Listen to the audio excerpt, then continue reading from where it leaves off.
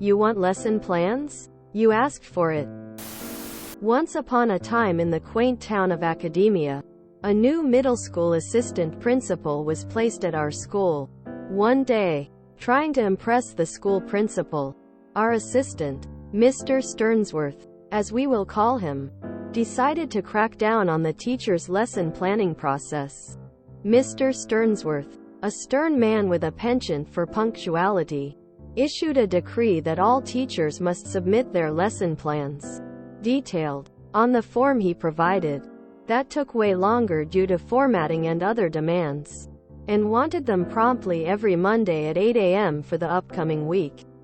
The teachers grumbled and complained as this takes a lot of time we could be prepping for the lesson. But we had little choice but to comply with the Sternsworth's wishes. I, however, saw an opportunity for a little mischief.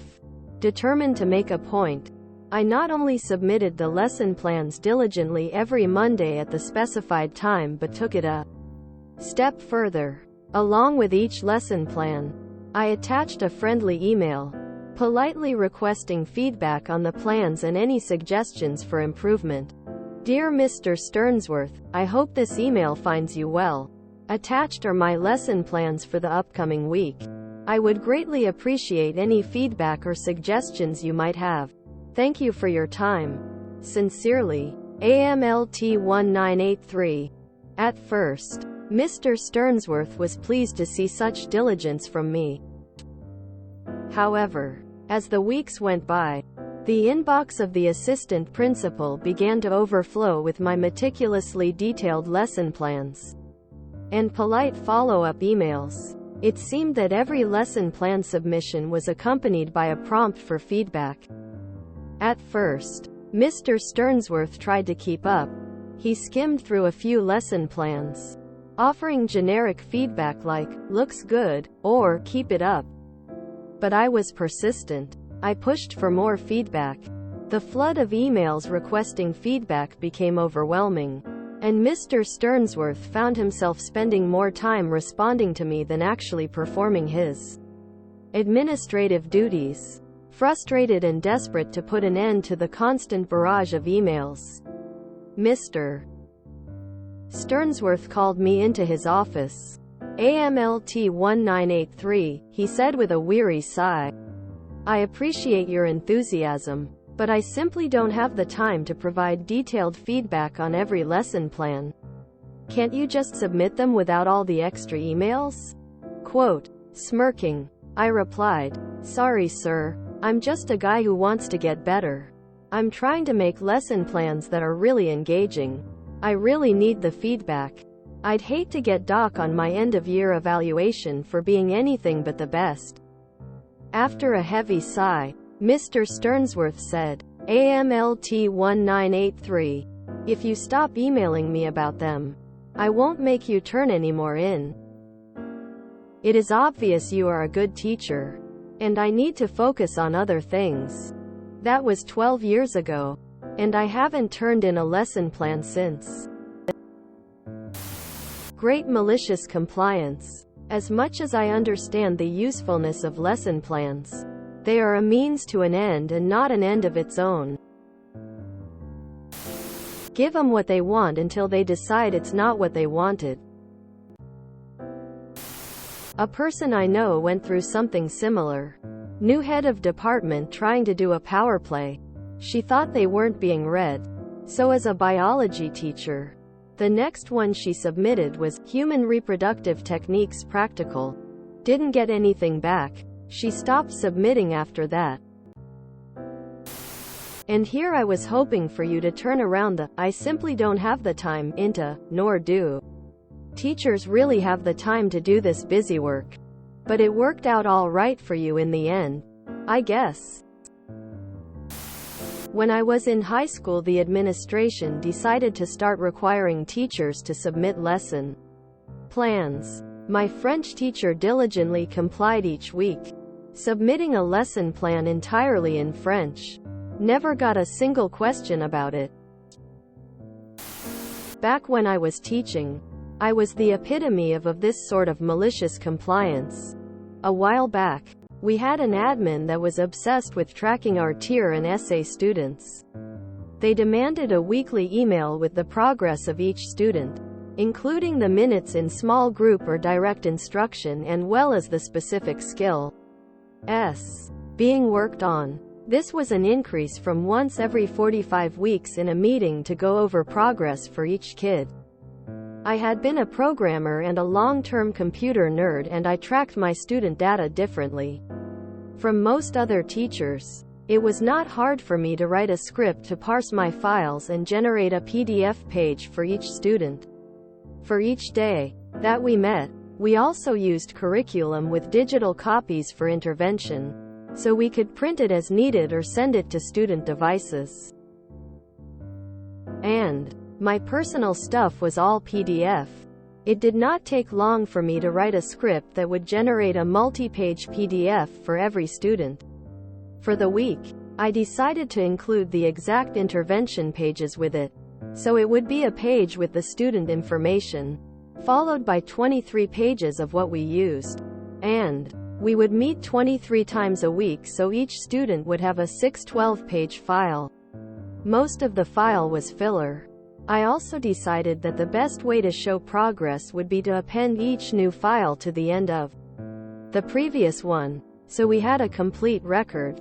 I also had some of the highest numbers for kids in intervention groups. Anyway, each of these files was large enough to merit individual emails per student, and they grew each week. I had the script set to generate them all and then send them one email at a time, with a random pause between 5 and 12 minutes, starting half an hour after school ended each Friday. This would run for 68 hours with a new email every few minutes. This admin kept email alerts on for her phone. After the first week, I was asked if I could make them all one file and edit out the blank pages and send one email.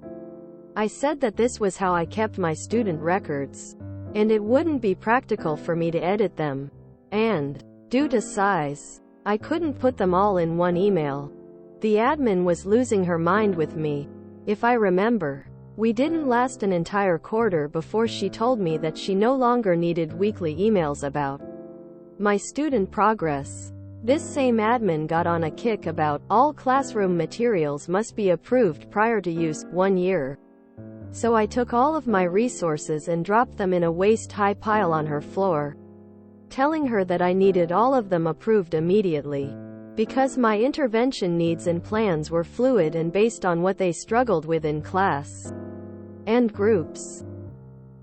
I couldn't say 4 weeks in advance which resources would be required for which students. She ignored the pile, of course, and every day after school I would stop in to ask which materials she had reviewed and approved for me. I would stress how urgent this was and how it was negatively impacting my students' progress. After 2 weeks, I got a blanket, everything you submitted is approved. There was no list, and I know she didn't look at everything. So basically, I had blanket approval for anything. I encouraged a bunch of other teachers to do the same thing, especially LA teachers who had tons of novels. But none of them wanted to risk upsetting the admin that did their evaluation. Did the other teachers catch on to your compliance? Moral of the story: be careful what you ask for, because you might just get it, but not in the way you were thinking. Well done. Op. Well done. People over process. Administrators have too much power, and like all power-hungry idiots, look for ways to throw their weight around and be noticed for it. I had a principal do exactly the same. I never turned in lessons plans after the first. Either he didn't want to fight, or never read them. Likely a bit of both. I would much prefer both, as one already hired or one looking to be hired. To have my colleagues hire or fire, it'd be democratic. It'd be by people who actually know what's going on at the ground level. And of course, power is distributed, not centralized. I would have encouraged all of the other teachers to send follow-up emails as well. This is such a great example of malicious compliance working as intended. I love your story. I guess that lesson worked. I was a band director and had an AP do basically this exact same thing. Thing is, in band, the lesson is almost always, play music. Fix things that are wrong. Sound better. So I spent a couple hours writing a really well written out version of that. And then used an online site that helps to reword things and plugged my plan through that 8 or 9 times. I then printed them all out. They all said basically the same thing with slightly different wording. And made 4 copies of each version.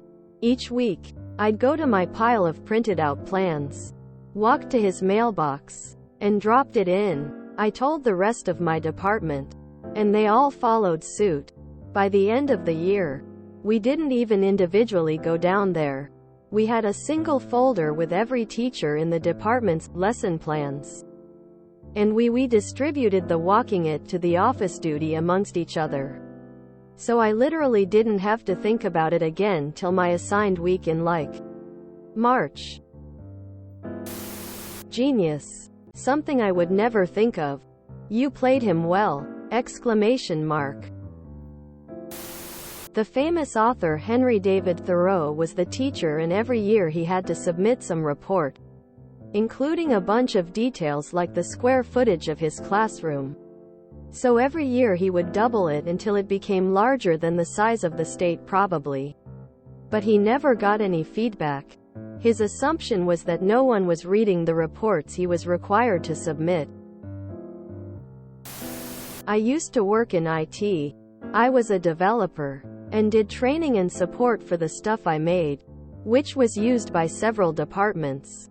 I also helped out other departments with automation and reporting. Got a new boss who didn't like me helping other departments, despite the fact that we mostly served other departments. He told me I was to forward any requests to him to approve before I did anything.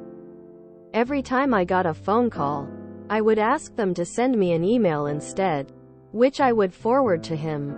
He was getting about 15 emails a day from me with things to approve. After 4 days he came to me and said I shouldn't send him so many emails. I asked how I'm supposed to know which requests to send him. He finally gave up and let me decide what to do, which is how it always worked before, and everyone was happy. Pretend there is an applause GIF here. Lesson plan. Children need structure. Lesson plan. Freaking awesome. If you enjoyed this video, please check out our playlists full of similar content. Epicaricast is like doom scrolling for your ears. Please like, share, and subscribe.